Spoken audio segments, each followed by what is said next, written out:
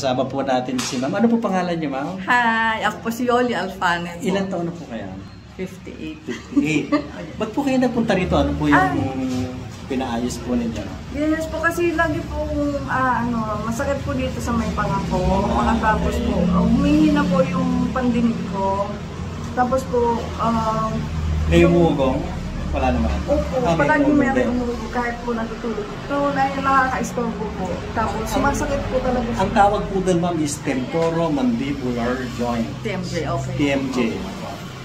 Eh, nung ginawa po yan, gano'n po katagal? Yung treatment natin. Ay, yung ngayon? Ano lang po, 2 minutes. 2 minutes lang. Pero gano'n katagal nyo na po tinitis yun? 2015. Oh, hindi 8 years na. Yes po. Eh, ngayon po, okay na po ba? Yes, okay na po. Tapos nawala po sa lahat ng masasakit sa katawan. Ano masasabi natin, ma'am? Thank you very much po sa salamat sa Diyos. Salamat sa Diyos po at sa mga bumubuo po ng biomechanics. Thank you very much po. God bless you po. That's it. Thank you po. Okay, salamat po sa Diyos.